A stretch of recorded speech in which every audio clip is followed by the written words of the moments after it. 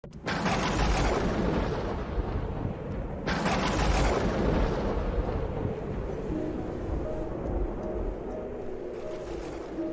Seigneur soit avec vous. Et avec votre esprit. Évangile de Jésus-Christ selon saint Matthieu. Gloire à toi, Seigneur. En ce temps-là, comme Jésus parlait encore aux foules, voici que sa mère et ses frères se tenaient au dehors, cherchant à lui parler. Quelqu'un lui dit, « Ta mère et tes frères sont là dehors, qui cherchent à te parler. » Jésus lui répondit, « Qui est ma mère et qui sont mes frères ?» Puis étendant la main vers ses disciples, il dit, « Voici ma mère et mes frères, car celui qui fait la volonté de mon Père qui est aux cieux, celui-là est pour moi un frère, une sœur, une mère. » Acclamons la parole de Dieu. Louange à toi, Seigneur Jésus. Ne pas confondre la fête de la présentation de Marie au temple avec la fête de la présentation de l'enfant Jésus au temple.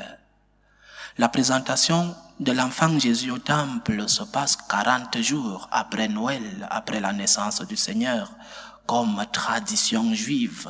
Après 40 jours, le nouveau-né devrait être présenté au Seigneur. Donc, nous célébrons la présentation de l'enfant Jésus au temple le 2 février, 40 jours après Noël. Et c'est aussi cette fête que nous prions dans le 4e mystère joyeux lorsque nous prions le chapelet. 4e mystère joyeux, la présentation de l'enfant Jésus au temple.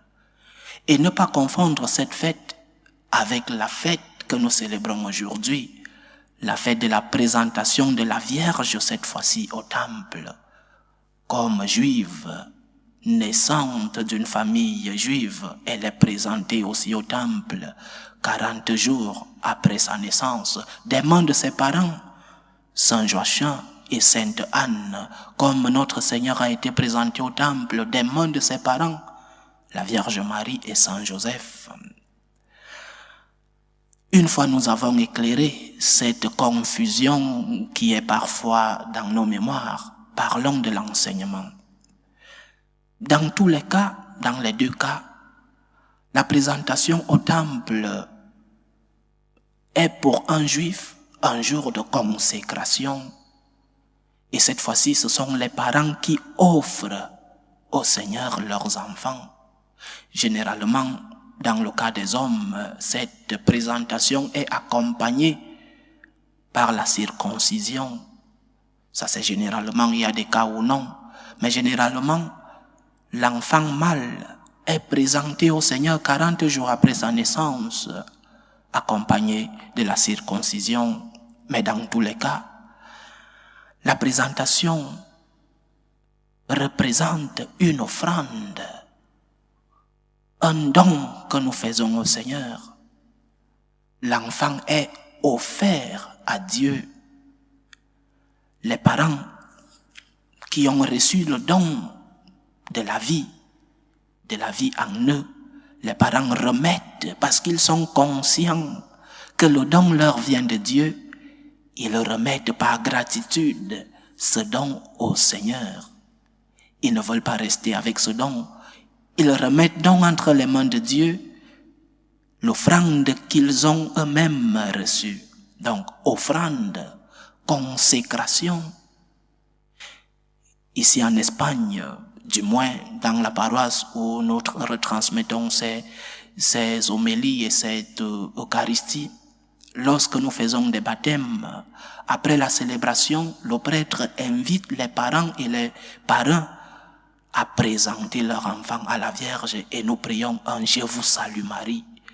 Cette présentation de l'enfant lors du baptême à la Vierge et au Seigneur. Tirons donc l'enseignement.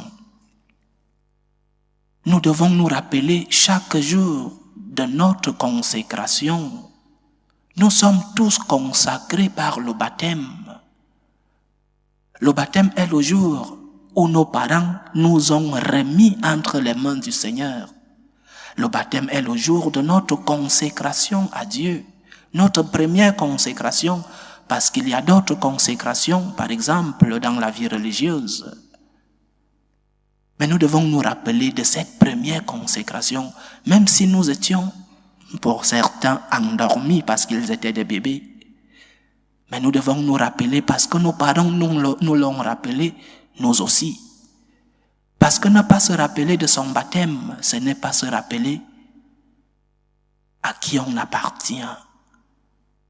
Le Seigneur, ou alors tes parents qui t'ont offert au Seigneur, ont voulu que tu appartiennes à Dieu.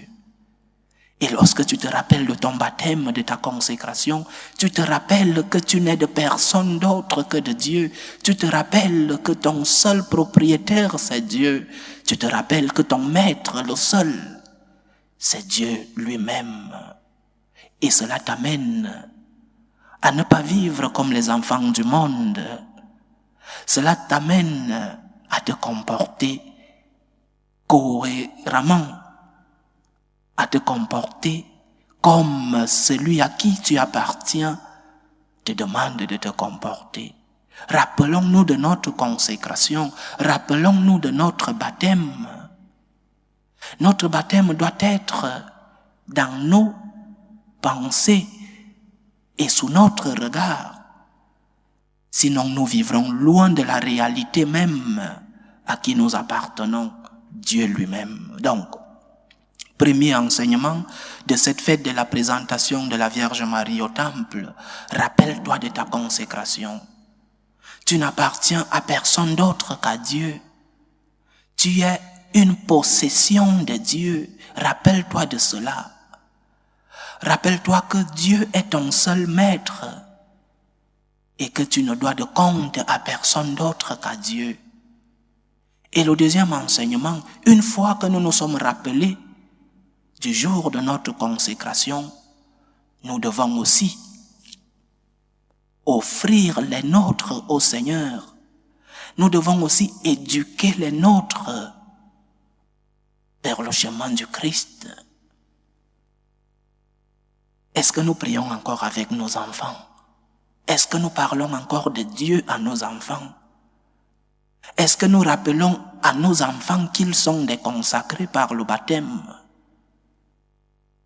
Parce que lorsqu'ils grandissent, et aujourd'hui ils grandissent très vite, ils rencontrent d'autres réalités dans la société. Ils peuvent perdre cette consécration. Si nous ne rappelons pas aux nôtres qu'ils sont des consacrés, si nous n'accompagnons pas cette consécration, non seulement par le témoignage de notre propre vie, mais aussi par l'enseignement de la parole à la maison, ils pourront embrasser d'autres choses dans la société. Et aujourd'hui, il est très facile.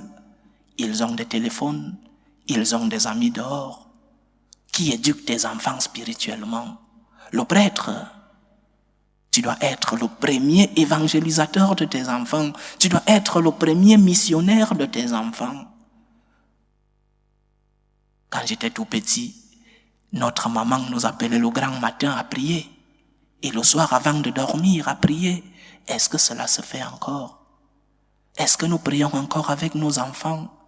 Est-ce que nous leur donnons nos bénédictions, l'imposition des mains que les parents font à leurs enfants? Est-ce que nous le faisons encore? Est-ce que nous bénissons nos enfants? Nous devons parler de Dieu au nôtre. Parce que la responsabilité des parents de la Vierge Marie, après la présentation, a été de continuer dans l'éducation religieuse et spirituelle. Notre mère a été éduquée par ses parents, eux aussi, par les enseignements de la synagogue, du temple, mais d'abord à la maison par ses parents. Imitons ces exemples, chers frères et sœurs. Les personnes dans les évangiles, dans les Écritures, ne sont pas là pour orner le message. Ce sont des moyens d'imitation. Imitons cela. Saint Joachim, Sainte Anne, qui ont accompagné cette consécration de notre Seigneur en le faisant avec les nôtres. Parlons de Dieu à nos enfants. Parce que beaucoup de fois, nous qui prêchons en ligne, nous recevons tant de messages. Mon père prie pour mon enfant qui est en train de s'éloigner de Dieu. Mon père prie pour mon enfant qui a perdu la foi. Est-ce que tu as accompagné la foi de ton fils? Est-ce que tu as parlé de Dieu à tes enfants? Est-ce que tu as cimenté ta maison sous le roc, sous la pierre de Dieu? Est-ce que tes enfants ont vu en toi un témoignage spirituel? Prie pour mon enfant. Oui, Dieu fait des miracles, mais nous devons collaborer. Si tu ne parles pas de Dieu à tes enfants, dès le bas âge, si tu n'accompagnes pas la consécration du baptême, alors il sera très facile pour eux, lorsqu'ils vont embrasser des nouvelles idéologies, de s'éloigner de Dieu. Rappelons-nous de notre baptême. Rappelons-nous que nous sommes des fils de Dieu, membres du corps mystique du Christ. Rappelons-nous que nous n'appartenons qu'à Dieu, mais aussi rappelons aux nôtres, à nos enfants, qu'ils sont fils de Dieu, qu'ils appartiennent à Dieu. Éduquons nos enfants dans la spiritualité. Parlons de Dieu à nos enfants. Que la Vierge intercède pour nous. Loué soit Jésus-Christ. À jamais.